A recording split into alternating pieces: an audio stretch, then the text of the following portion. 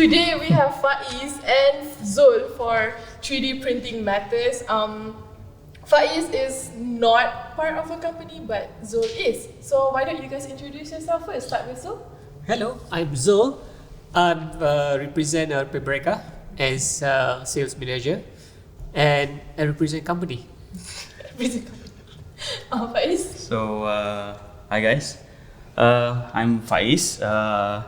So I think in the context that we are talking now, I'm basically an 3D printer, someone that really interested in 3D printing. So I've been doing a few stuff like electronics, design, those kind of things. Yeah, for the past 4 or 5 years. Why don't you tell us more like how do you get into this 3D printing industry or hobby?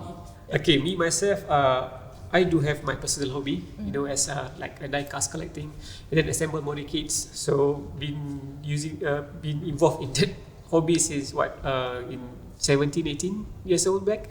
So I have this passion, collecting all this model, and also I pursue my study in engineering, mechanical. So back then I do love to design, and especially in automotive. So it created passion in terms of to do the modeling. So and then I also pursue in my career in automotive as well as an engineer in Proton back then. And my passion start in 3D printing, just I would say 2 years back, because I'm involved in DIY 3D printing. And shortly after that, I joined Pebblereka as a staff to do marketing and sales for them. And starting from that, I enjoy this 3D printing. It's a part of my life and part of my career right now. That's nice. Yeah. Faiz? So I tinkered with electronics. I think 3 years back, I'm doing some baby monitors as a side project. So I've stumbled a problem where how to prototype the casing of it. One of it is to actually design it and then send it to 3D printer fabricator and then for them to print. But I think I want something that I can design and print right away. So I bought a 3D printer of my own. Wow. And started from that, I started learning how to model, design in CAD program and then print it right away. So that was the starting point for me in 3D printing. Do you already have like a background for CAD drawing, or you learned it? So I think I took civil engineering back in college, so I have CAD knowledge a little bit but more like 2D. It's almost compulsory for engineering students. You both are engineering backgrounds. So it's more like 2D I have a question. Like you mentioned, what baby monitor? Yeah, what baby is monitor. it about? It's just like a small monitor. I think it's normal things for new parents to come up with their own idea to do this and that, right? So I came up with my own. It's basically if you have a little baby, right, just come out to the world, when they sleep at night and it's dark, you don't know whether they are still breathing or not. So what you will do is basically you look at their stomach to see the movement, whether they're still breathing. Then you can relievely sleep but in the dark you can't see it. So I come up with a small device. The device has some accelerometer inside. So it detects vibration on the stomach. That's a very maker thing. That's a very DIY thing. So that's a very good idea actually. But we can talk about that project in different podcasts. It's okay. Let's save for next episode. Okay, so Pebblereka focus on more 3D printing, kan? Yes. So why just 3D printing? Why not other fabricating services like laser cutting, for example? Yeah. Okay. Pebblereka has been established since 2014. Okay, we're just focusing on 3D printing back then, and due to the strong demand in additive manufacturing, which is we are talking about 3D printing itself, and we try to cater this segment because we receive a lot of demand from not only education but in industrial. So we're not involved in other fabrication work we do receive a lot of fabrication work such as laser cutting and then CNC manufacturing, and then this is one of the method to do as a part of a manufacturing process. So we believe that 3D printing will be grow. From time to time it's getting bigger. So people nowadays they are talking about 3D printing, okay, because it's in line with this industrial revolution. Yeah, we're talking. A lot of people, talking nowadays, and we believe that the future of 3D printing is there. Okay, whether it's industrial, education, they will go for it. Yeah. So Faiz, because do you also just focus on 3D printing, or like do you like help people with some other kind of fabrication as well? Usually I consult them on somehow I got, because of my electronics tinkering projects, right? I have a little bit of know-how a free consultation. Usually those people who just started to come out with their own hardware project, they approach me, they ask me how to do this, how to do that, and then how to approach contract manufacturing, do those kind of stuff, connect to some small time fabricator, things like that. Yeah, but more on electronic consultation. So I help them, or if you want to do this, you have to look into this kind of this part of hardware, this and that, yeah, things like that. Yeah. So talking about helping, you also started the Facebook page 3D Printing Malaysia Community for COVID-19. That's a long name. Yeah, that's a very long name, but it also gathers people who were into 3D printing, into helping frontliners, semua tu. It's a good initiative. Can you tell us a chronology of the event? Maybe what actually motivates you to go for it? So I think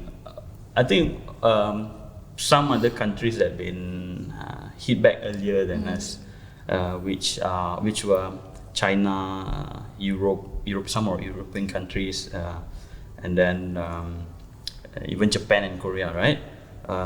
They already have this movement actually. So what I did was not that so original, but it's more like I try to adapt whatever they have there and then try to bring it here. I know there's some efforts are being done, but no one actually really go ahead and spearhead. Hey, let's just do this, do that. Right. Because those are my friends as well. So I asked them why you don't pursue, because you have some name, facility, and then they said, we are a little bit afraid of some of the regulations and hygienic issues, some things like that. So I'm thinking, I'm an individual, I don't have those burdens. If things fail, right? I'm just a small potato. So I just, go ahead. I do a simple post, some little bit of costing breakdowns. It's actually just 3 ringgit to produce this surface sheet, right? And then overnight it's just like a wildfire. Me myself, I'm a bit flattered and shocked because it gets the virality that really quick. I didn't foresee it to happen. Actually, because it went, when you say wildfire, it went viral on Facebook, on Twitter, on everywhere else. So actually, when that happened, it kind of also gave me a surprise, because that's when I realized, wow, in Malaysia, banyaknya makers actually. There's a lot actually. So because when that happens, it gives people a new light on makers, 3D printers. Correct. Who's like, these people, so good, man. Yeah. Maybe from this thing, just give a more better light. So just for adding, Faiz mentioned that because it's moved as individual, but company point of view, we also do have communication with other company as well, which do this 3D printing job. So that's why I think Faiz also is our WhatsApp group, right? So we just get the info from that. So we gather our resources, what we have, and then we plan what we're going to do, and then from that we also can know how many we want to produce, which areas still need demand for this face shield. So we just communicate inside there. Right. So funds obviously comes from donations, right? Are they still coming in? How is the flow right now? How is the demand right now? Okay, what I would say, because it's the PKP also is already reached at the end of this session. So of course we keep producing at the same time. Sometimes they have not too many demand, but still they sometimes they take every month 200. Okay, before this more we almost reach 1,000. So as we can see, but we still continue producing the face mask for that, because still the COVID-19 still don't have any vaccine for that. So we just be prepared for that. Yeah, because we're not sure also when this is going to be over. Yeah. And the numbers, not sure. How are the numbers nowadays? I didn't think not much, but he did Double digit build. lah, double digit. yeah, double digits. digits. Sometimes 11, sometimes. Yeah, we it's just a pet project lah. We actually did we use ESP 32 to actually get data for KMM. So when we press then we can get like how many came positive and so on and so on. And then after that, KMM changed their website. I actually did recode the data, so I cannot retrieve anymore the data. You just have to fix I have to your code. code again because they changed their website. And one thing I think we also mentioned in episode 1 and episode 2 is about the maker communities. So like in this COVID-19, how actually this maker community somehow works together, which I think Sarah has mentioned quite a lot of times, is that in Malaysia, so probably not in Malaysia, in like the whole world, makers is like we don't see each other as competitors. We somehow grow the communities together. Yeah. So with this COVID, helping to print the PPE, right? Somehow suddenly we know there are so many makers around actually. So I think it's a good thing where Malaysians start to know, because probably a lot of them didn't notice this term maker. They probably didn't even know what is maker. So somehow this actually helps everyone to appreciate these maker things more. Yeah. You just stole my tagline, man. Like how? Which tagline? That Malaysian makers don't see each other as competitors, but group. That's my thing. You mention it every episode, right? It's a thing because that's what the most amazing thing about the makers thing. Okay, I will left it for you to speak at the next episode. But this all of these things is very impromptu lah, but it's more like Avenger assemble. Wow, that's assemble. very true. Yeah. True. See, before that you don't know, you have like 5,000 makers and 3D printers owners around the country. And suddenly it's like everyone, hey, I have my own 3D printer. I also have. So see, every state got people with 3D printers. So it's like wow. Me myself it's You kind of never shocking. expect that, right? Yeah, I never expect. 3D printing is still a new thing in Malaysia, right? Except for the community itself.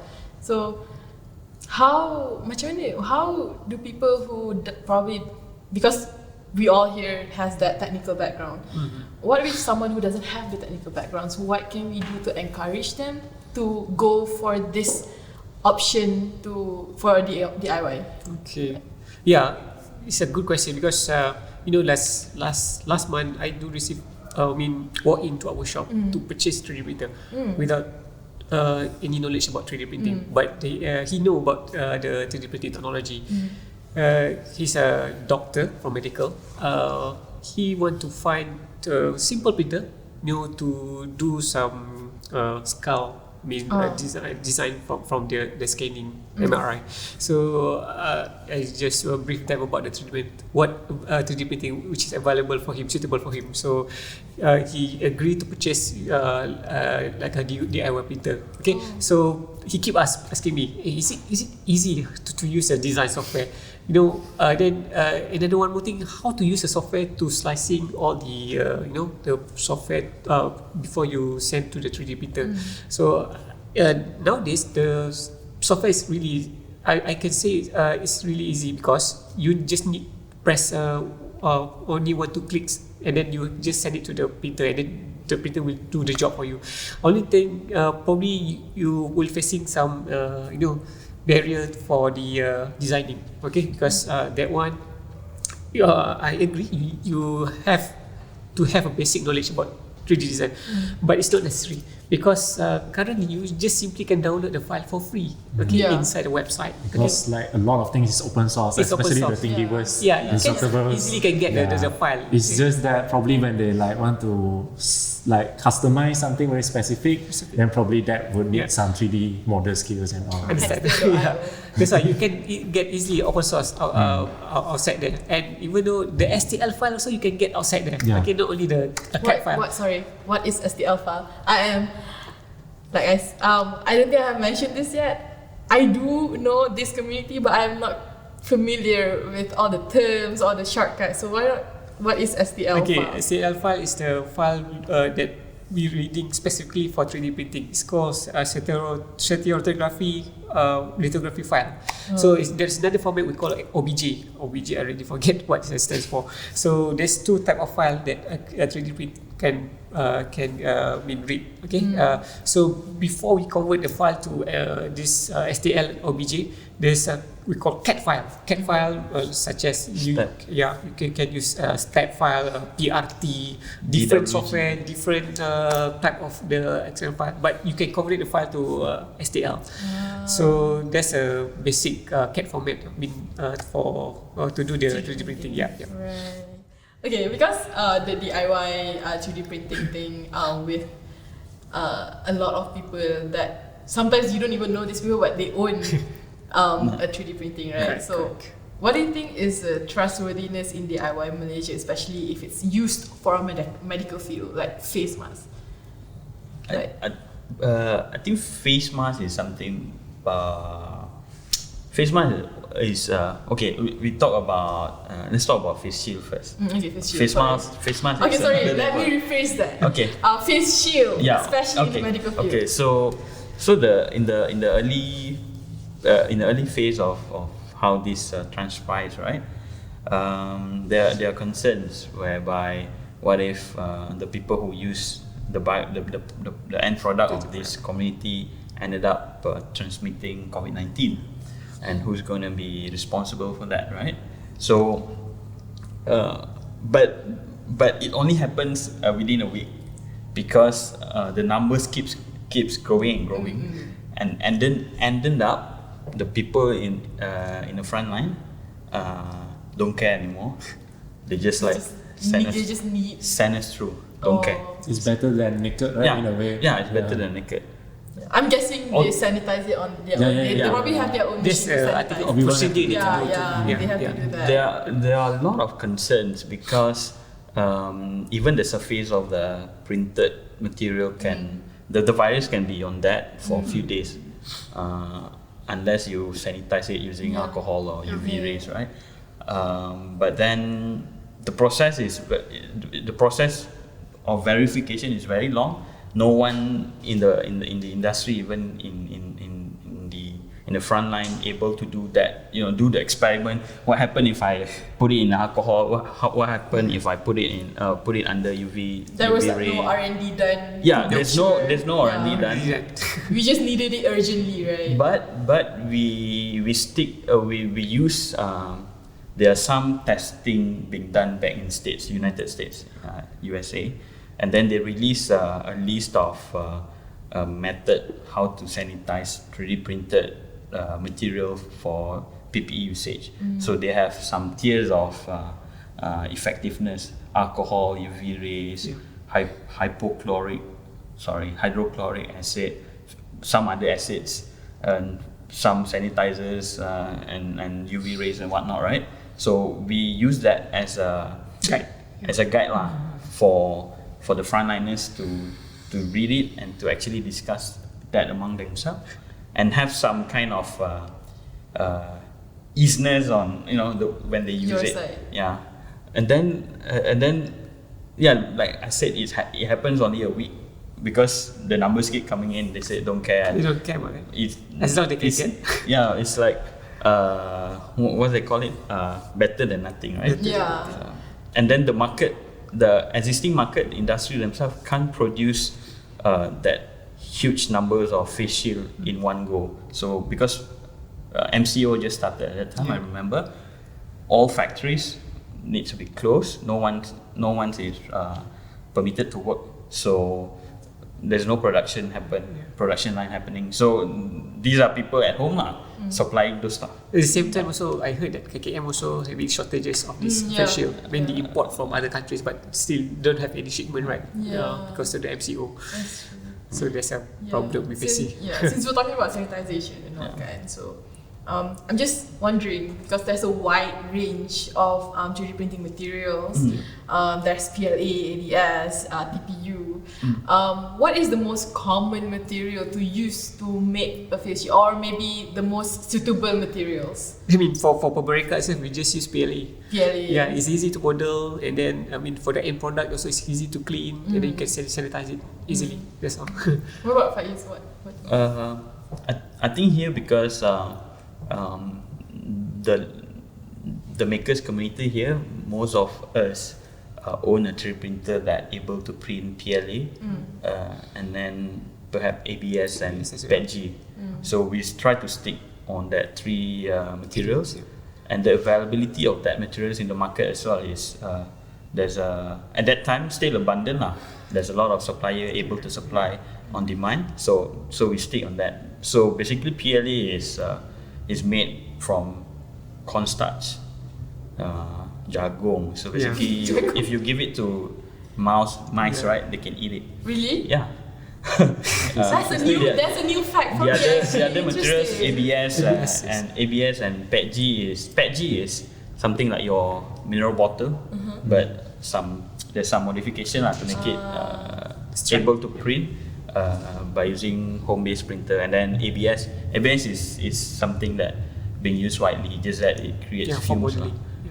That's it here in Malaysia, in our country. But for those in states, right, they have higher standards, which requires PETG or ABS.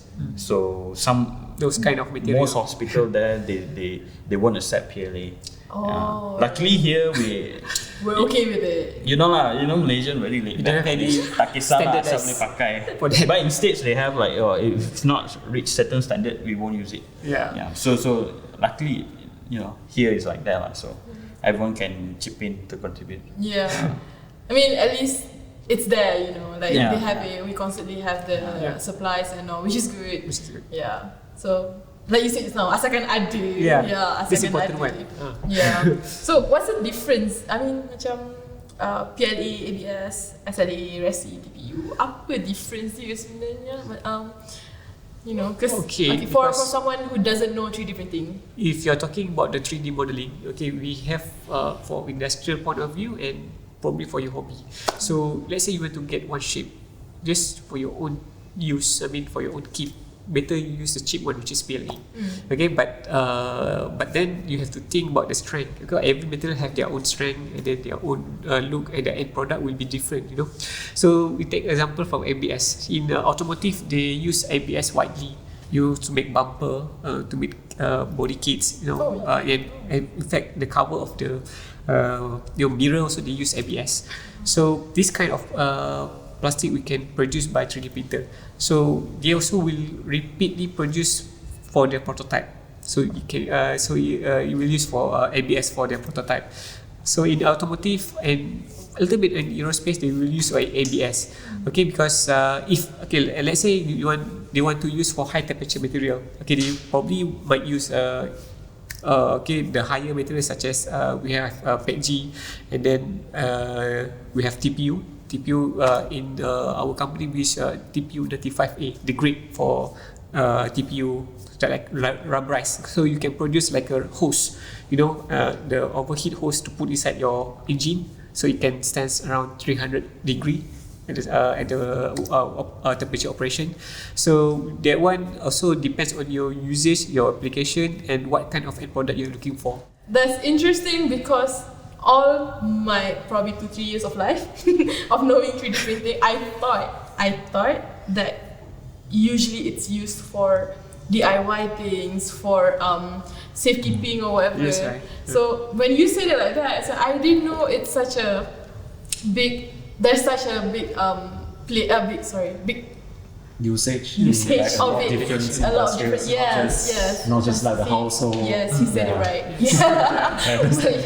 So yeah, that's interesting because I've never heard of it actually. Actually, there's more. There's more. 100 materials according to the in industry itself, because the growing number of the chemical company, they start moving to produce their own material. I see. For I 3D think maybe printing. because I'm used to seeing that small 3D printing you have Yeah. that only can print cute stuff. But it's good, yeah. Let's just touch one more thing about PPE thing. Right. Because Faiz, you or Zul, you have that WhatsApp group where every maker is inside It's to the Facebook group. The Facebook group. Oh no, WhatsApp it's group. Okay, the Yeah. WhatsApp group or Facebook group. I was wondering, like, how do you coordinate this project? Like, how do you know who gets this one, who gets that one? You know, or maybe these hospitals or enterprises, not enterprises, hospitals or people who works in a hospital, how do they approach you? You know, Oh, okay. So I have some very minute previous experience organizing this kind of like a movement kind of thing, right? I found out that if the movement is based on volunteerism, you should actually not to impose some kind of structure. Especially in this kind of situation and timeline. So what I did was I just let it move on its own, and people, the good Samaritans of Malaysia, organize themselves just like that. Like, so there will be people who volunteer. Oh, I can do dashboard. I can do Google Sheets. I can help you on raising fund. I can help you on being the middle person to communicate with the hospital people. I can be a person to talk to the media. So what I did was, and some of the team members, until now I haven't met them in real life. But got Zoom lah. Zoom, Zoom. Like not face to face. So we just like delegate, and people are. Everyone was so supportive, very positive, and no one asking for monetary. Hey, give me money then I do. No one. Purely. Everyone was like, wow, this is like through Malaysia, one Malaysia. Satu Malaysia. So it's like that. So I just let it. I just put some guidelines where to find the information. This is the dashboard. This is how you print. This is the model. How to print. Those kind of how-tos. That's it. Yeah. And then people just organize themselves. Yeah. Someone they elected their own state leader. I don't know also. But I found out every state got 2 or 3 people who actually championing representative. So I just communicate with them, and then they relay the information to their subordinates.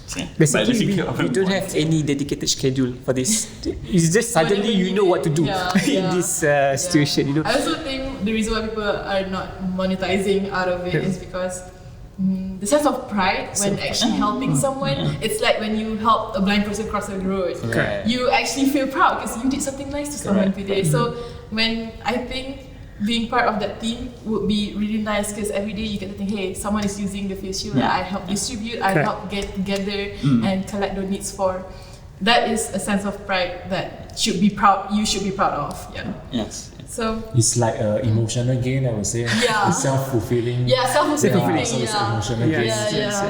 Some people, Probably people during that time they realized that, cause we always taught to be kind, to help people, but in fact, probably we get so busy with our life, we don't have the time, or we probably don't bother to help people. So maybe with the MCO, everyone start at home. Finally, they think they can start helping people. What else they can contribute? That is actually good.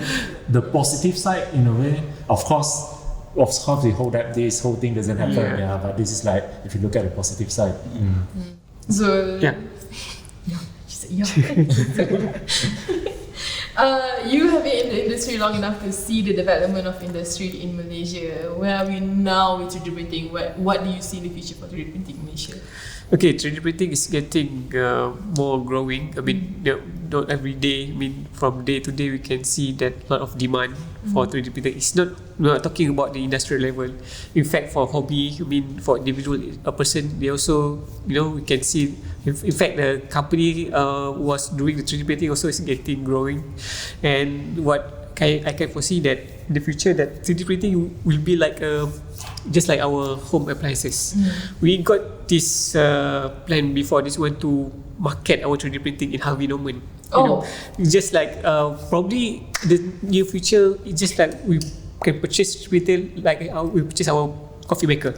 Okay, so the trend is there. It's start moving there. It's just like we need to create our passion and then innovation idea.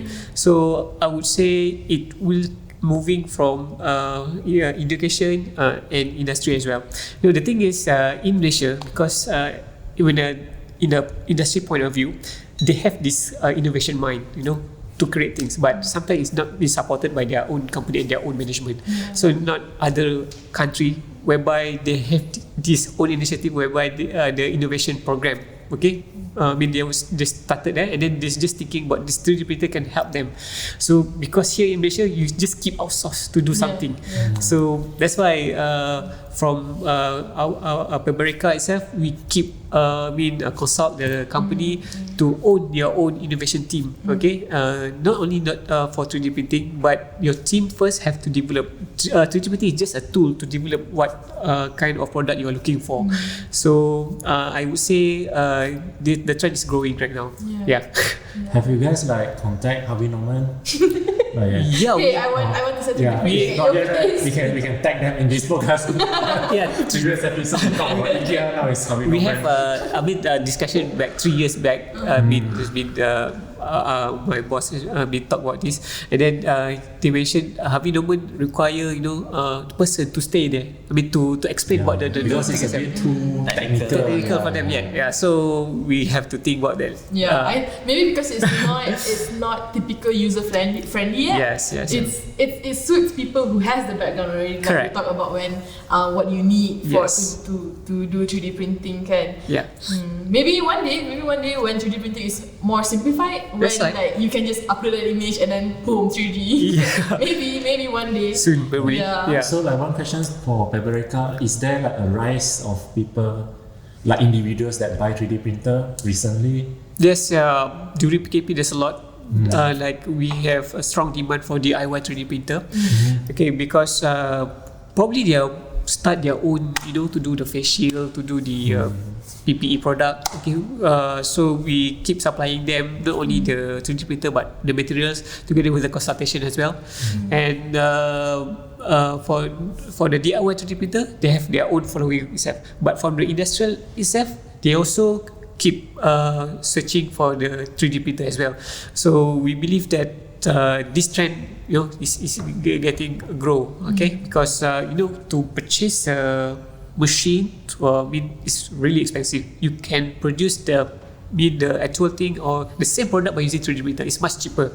So yes, so they're still looking for the 3D printer in the future. How much is for one DIY 3D printer? 3D printer for DIY you can get as low as 1,000 ringgit.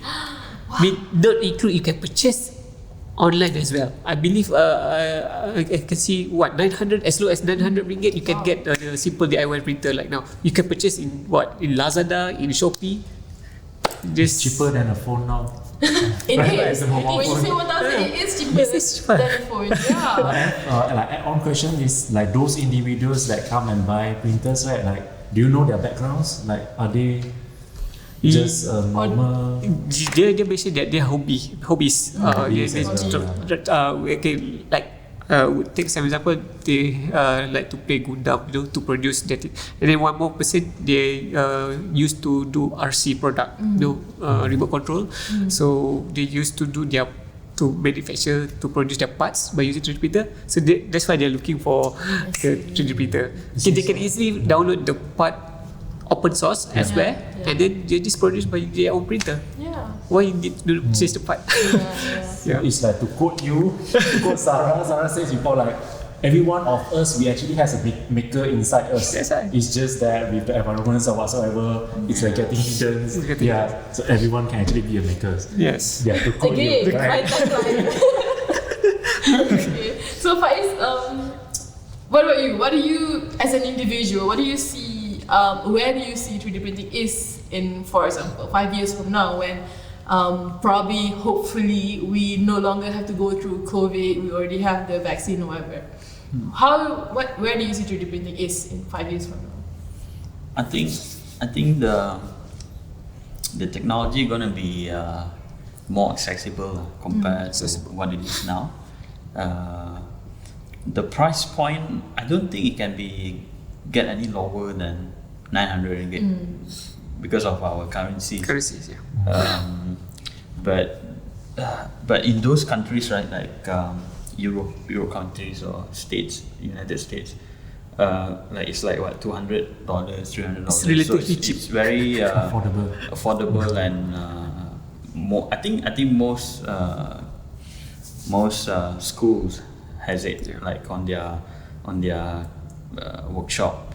I think what in 5 years time, I think the government will take, because of this series of events, right? I think it's an eye opener for most of the people here, especially those who are policy makers. And I am looking at perhaps within 2 years to come, every school, primary school, will have a 3D printer in their workshop. I think sekarang ada kamera hidup lagi tak? Ada lagi tak? Primary school have 3D Ada. My little cousins are learning them. They still have kamera hidup subject, right? They do. But kamera hidup, now we're talking about schools education. Kamera hidup is physical thing, tapi usually kamera hidup people do woodwork. That's where actually if you are talking about sculpting things, right? It's basically the same principle. Share the same principle, whereby from a square or from some subtractive and then you mold it, you sculpt it to become the things that you want. The same thing with how you model in CAD. You started with a block, depends on what method I'm using, and then you start carving in the CAD program, and then you remove stuff, you put stuff, and then you print it. The 3D printer itself is just a medium to materialize your things. Your ideas. Same thing with woodworking. Woodworking, you do this, you do that, you put glue, you nail it, and then you cut. Same thing. I think, like I said, it's an eye opener. It's gonna be one school with few 3D printers for kids to actually learn. When things getting picked up by the education primary level, is gonna be they're gonna ask their parents to actually, I nak beli 3D printer. I nak beli 3D printer. There will be a demand, and later on when it become mainstream, I think the price point gonna be a little bit lower. And is it though? There's demand. Usually, for example, macam now kan, for example, if I want to build a PC now, it's so much more expensive now. PC? Sebab manufacturing in China is slowing down. So monitors, graphic cards, whatever stuff, the price is increasing. The price increased more than double. You should move because to of Ryzen demand. Ryzen murah sikit. No. Okay. Right, it's interesting. Like, let's say if primary school they start like introducing 3D printers or digital fabrication. I think if let's say I'm a dad, I will buy my kids a very good 3D printer than buying a PS5. I think it's a lot better. You can always buy a 3D pen for your kids. I mean, that's a good starter kit. That's a good thing. I think entry level. I think some point for your 3D pen, because we also sell 3D pen as a part of the product, and we see that education also is a crucial base to educate the students for 3D printer. And then recently we received a lot of demand from school, private, public, name it. They want to make like a Microlab. They call it as a record shifter program. I think they've been kicked off by Education Ministry. I think last 5 years back. But it's still we're talking about kemarin hidup, but it's changing to a Reka Cipta program. So they want to replicate that Reka Cipta and change it to the maker hub, maker space. So it's still the same concept. You still have to use the tools. 3D printer will be part of the tools to create to generate the idea, right, from the idea. So part of that, they also have a 3D pen, and they also will involve the robotics, the audio things that for automation. So basic thing for the automation. So it's there. From the education, I think they start pick up, especially from the private institution. If talking about the private institution, they are really quickly in this kind of Reka Cipta program. Yeah. So the school is like primary or secondary, or actually both? We are talking about primary. Start from primary. Yeah. We should I mean, Malaysia, basically, we just have to encourage Malaysian education. Yep. Because I know 3D printing or makerspace exists in tertiary education, universities. They have their own maker labs that students can use to do their things. But I think I also do personally think that we should introduce to secondary, primary, like you said, introduce to kamera hidup.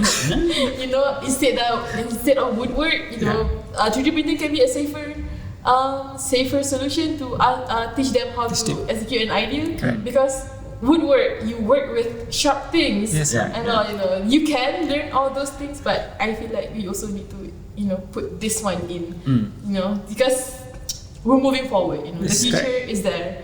It's just that we need to introduce these things to them way earlier in life. Yeah, and then one more thing, it can create fun, fun learning. Yes, that's the objective. Exactly. Yeah. Who knows what they can produce from 3D Yes, that's why you can start on a primary student. Yeah. And also like to add on, right, imagine that because at FabU we run a makerspace. Currently, initially when we run, right, we thought that people come in, they already know how to fabricate, right? So if let's say people start introducing in primary school, imagine when they grow up and when they come to all kind of makerspace, right? Probably just automatic. They will just operate the machine by itself. So along the way, the education part, just 3D printer is must have into the institution. What is next after the pandemic? Hopefully after the pandemic, do you see there's something as you can sustain in the long run? Like maybe what else do you plan to do with your 3D printing in the future? Group, is it? The Facebook group? Yeah. What else can maybe it can be a permanent group where all these 3D printing people gather to collect information or share ideas and stuff. Yeah. So I think I really hope there'll not gonna be a second outbreak second wave. So I really hope that this COVID things will be end quickly, so that we can get back to our original earlier. So I think I will just keep the group as is live, and then because I don't have any plan to monetize it. I don't think it's a good thing to monetize things. So I think I just leave it like that. If there are questions, then people may ask, and then community members will answer. Then if in future when there's a need, then we communicate back. Then we start again. Branches assemble. it's like that. Miss Marvel punya pager. Yeah. I saw someone made a meme on Twitter. Avengers holding on to 3D printing machines. Just holding 3D printing machine like that. So what do you call? But prior I think a month back, I have documented every processes that we have done, and then I put it in a simple infographic. I do some documentation work for that, so that whoever wants to actually use that as a foundation, for anything, they can rely on that information. I think one of the not problem, it's more like issue with our local makers community, right? We don't document our work. So I know there's a plenty of local makers are doing fantastic stuff, something that high tech, but they never. It's not their fault because they are not intended to. But from what I know, not many of us will actually document it and actually tell the people outside lah. So it could be an inspiration for other makers, to for them to actually improve themselves, things like that. So I really documented things. So I hope whoever wants to use it and rely on it for some other project can use it as well. So to answer your question, what's next? I think there's no next lah. I think it's just another chapter. So this thing, let's put it that way. If there is a need next time, then we kickstart again. But yeah, it has been a very wonderful experience for everyone in the group. Yeah. For you as a maker, do you call yourself a maker? Do you tell people, hey, I'm a maker? Yeah, do you go like that? I think every maker wants to say that I'm a maker, but I was a maker. I am inventor, probably a Tony Stark. Yeah, so most people just put it, leave it inside, deep down, don't tell anyone. You should be proud. I think everyone should, if they started making stuff. Yeah. Everyone is a maker. Everyone is a maker. And to just now, I think Faiz point out something very interesting, like Malaysian makers, right? Like those hobbyists, or they don't document their process. Correct. Right. To be honest, like even ourselves, right? Sometimes we did something and then we want to document it, right? We felt lazy. Right? You have to shoot and then the process and so on. Right. Sometimes we actually didn't document it. Somehow you have to actually reverse the process. Correct. Right. What do both of you think? Why do Malaysian makers, they don't like to document compared to other countries? Is it a culture thing, or they don't have this? Yeah, I think probably for the culture. In fact, at the company level also, we didn't document what we are doing previously during MCO.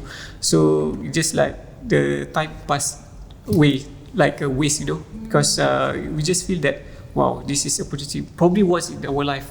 So we really left this opportunity. But back then we just managed to capture all the pictures, all the made from the papers. We just keep it all for our reference.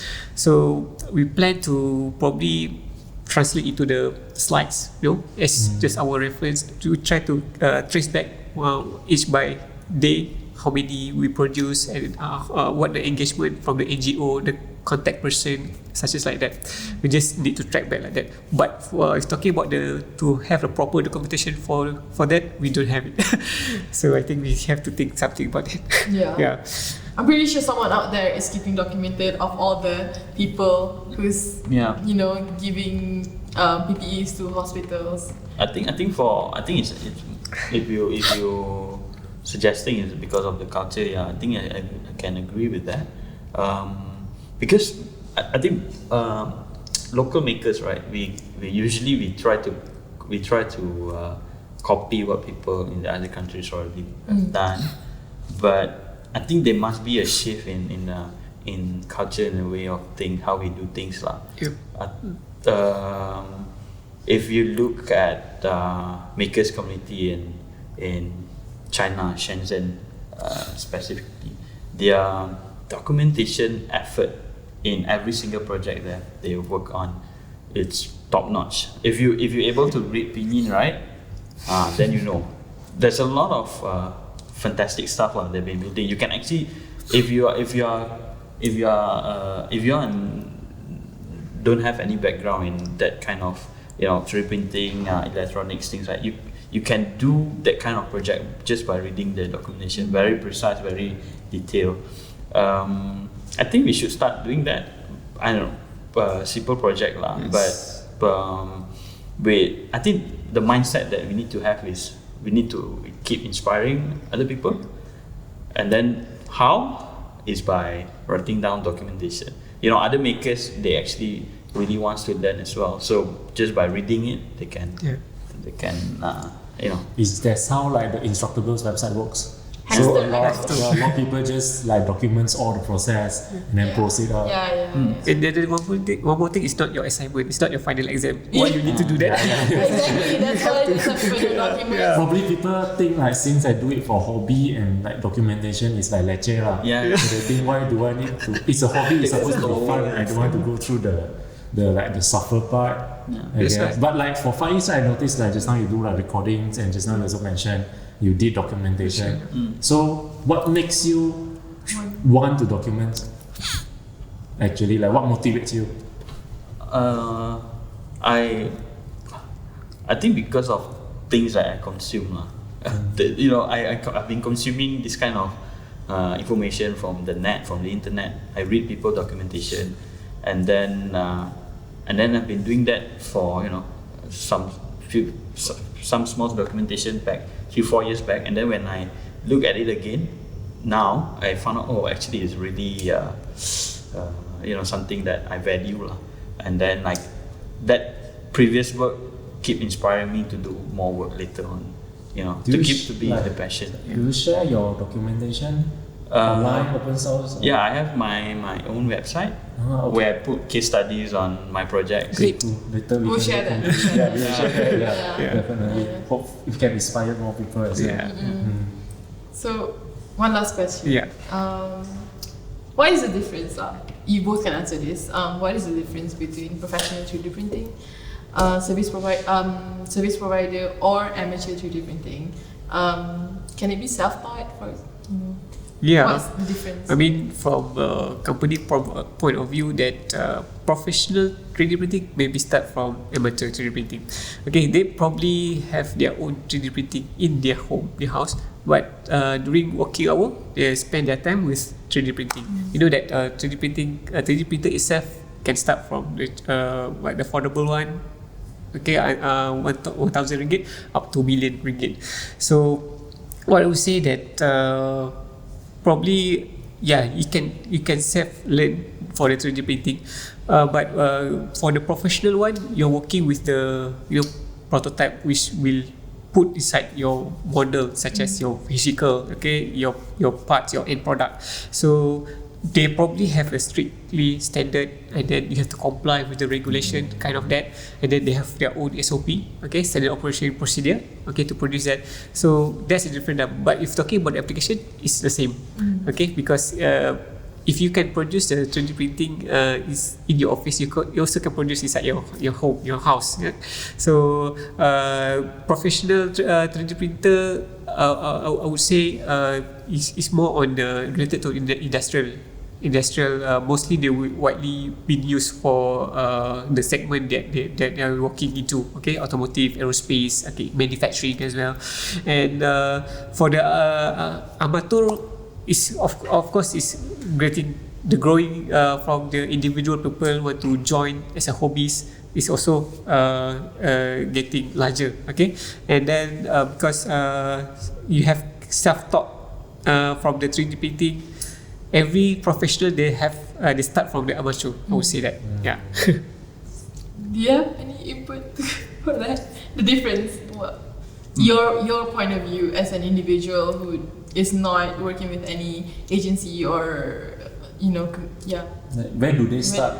Yeah. For example, I think when they generally, right, when there's an urge for something that they want to do, they want to build, and then with the easiness of 3D printer, although there's a barrier there, if we can make it easier, I think everyone was like self-taught, and then everyone's starting by self-taught. Self-taught. Yeah. If they have an urge to learn, and then slowly, provided those factors like the material price and the how to learn, the abundance of information, things in place, then the process will be easier. it's also like basically flatten the curve, but flatten the learning curve. Yes. Like 3D Yeah, printing, yeah. I think 3D printing, the learning curve is very steep, especially if you are not from engineering background. Very steep. Designer still okay as well. I think let's say business, Yeah, law, that's like, at least they have, management. That's basic. actually very steep. So before we actually end the podcast, it's coming to an end sadly. Okay. Actually, usually whenever I'm talking in a podcast, I don't realize that the time has gone so fast actually, because we were talking about something Yeah. that we all are passionate about. And Right. so, what would you like to say for example, someone who started to learn 3D printing? Like, what would your advice be? Okay, for me, just keep learning, and then continue your passion. Okay, and because you need to develop that. Because for me, 3D printing, you need to have a passion. Like, if you're involved in designing, you just can design and then you can see on paper or just watch in your screen. Okay, how about feel? You have to touch it, you have to feel it. So you need a physical model to create it. So I would say you have to continue with your passion. Yeah. Do you have any? Look for a project. Maybe your childhood Childhood dreams. dreams. I want to build this, that. Pick that back. Use that as a factor. Recall back the ideas you had as a kid. And then use a 3D printer Yeah. technology to materialize it. Yeah. Yay. Okay. Yeah. So, I think that's it for this episode. I hope everyone actually gathered some knowledge and interesting facts about 3D printing like I did, because actually there's a lot of things